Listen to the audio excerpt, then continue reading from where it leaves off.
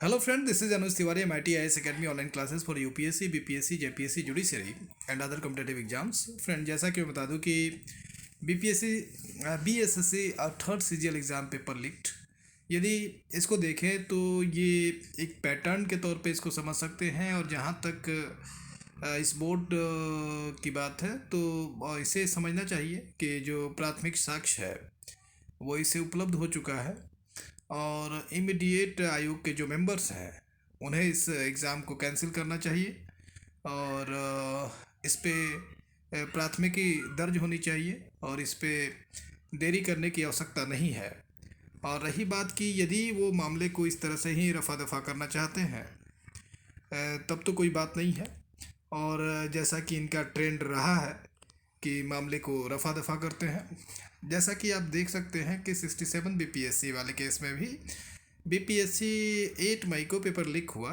उन लोगों ने थोड़ी सी इकोनॉमिक ऑफेंस यूनिट ने इस पे एक एफआईआर रजिस्टर्ड किया। लेकिन बाद में यदि आप देखने को मिला कि जिस तरह से उसमें गिरफ्तारी वगैरह सब कुछ हुई और सेकंड उसकी इस ट्रेंड को बाद में भी जो एग्ज़ाम कंडक्ट कराई गई 30 सितंबर को, तो उसमें भी इसे फॉलो किया गया। और यही कारण था कि जो कट ऑफ था वो काफ़ी अनएक्सपेक्टेड देखने को मिला, 113 मार्क्स।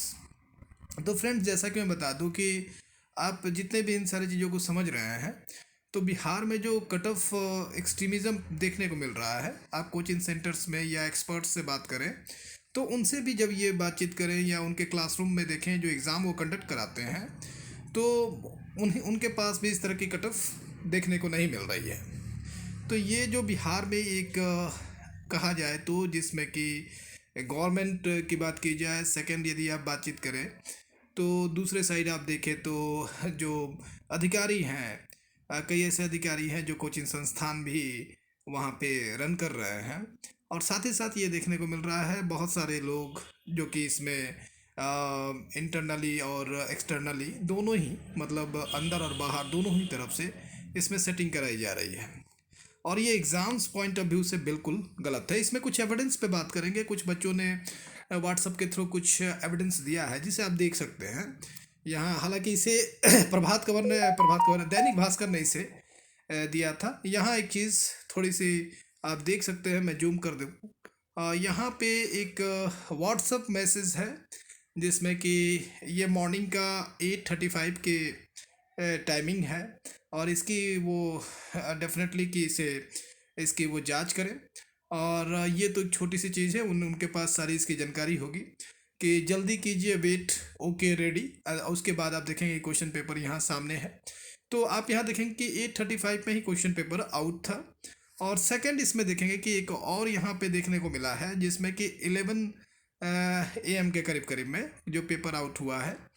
ऐसे कंडीशंस में हमारा स्पष्ट करना है कि यदि ये आयोग एग्ज़ाम को कंडक्ट करने में कैपेबल नहीं है तो वैसे कंडीशंस में डेफिनेटली इन्हें एग्ज़ाम जो है इनकी कंडक्ट दूसरे आयोग के थ्रू करानी चाहिए। और यदि इसमें गवर्नमेंट की इंगेजमेंट जिस तरह से देखने को मिल रही है, करप्शंस देखने को मिल रहा है, और एग्ज़ाम जो बच्चों का है उसमें जो इनकी इंगेजमेंट दिखने को मिल रही है, ये डेफिनेटली इमीडिएटली इसकी जांच होनी चाहिए। और बार बार हमने कहा है कि चाहे कोर्ट के थ्रू आप सीबीआई इंक्वायरी करवाएं या फिर गवर्नमेंट के रिकमेंडेशंस के थ्रू सीबीआई इंक्वायरी करवाएं। अब यहाँ पे देखें तो बिहार के सारे एग्ज़ाम्स को लेके एक इंक्वायरी की रिक्वायरमेंट है। और इसमें डेफिनेटली पहले पूर्व में हुआ है और पहले भी इस तरह के लोगों की गिरफ्तारी हुई है। 2005 में ही जैसे बातचीत की जाए तो राम सिंहासन सिंह जो थे बीपीएससी के चेयरमैन थे, उनकी गिरफ्तारी हुई थी। यहाँ झारखंड पीसीएस में भी इस तरह की चीज़ें हुई हैं जिसमें कि दिलीप प्रसाद की गिरफ्तारी हुई, शांति देवी की गिरफ्तारी हुई, उनकी कुर्की जब्ती हुई। तो अब बिहार के बच्चों को रुकने की ज़रूरत नहीं है।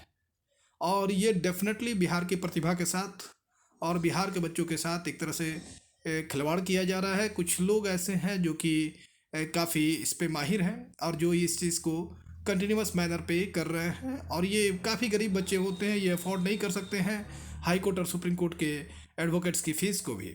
तो ऐसे कंडीशंस में डेफिनेटली आप गवर्नमेंट से या फिर जुडिशल के थ्रू, जैसा मैंने कहा था कि सीधे तौर पे आप चीफ जस्टिस पटना को लेटर लिखें कि इन सारी चीज़ों से, ताकि वो सुओ मोटो कॉग्निजेंस पे ले। और इस तरह की चीज़ें होनी चाहिए, क्योंकि ऐसी स्थिति में अगर देखें कि वैसे लोग जो सेटिंग से यदि इन जगहों पे यदि उनकी सिलेक्शन होती है, तो वो डेफिनेटली कि बिहार के लिए भी वो एक तरह से कहे तो एक तरह से बिहार बिहार के लिए भी वो किसी तरह से उनसे आप आउटपुट नहीं ले पाएंगे।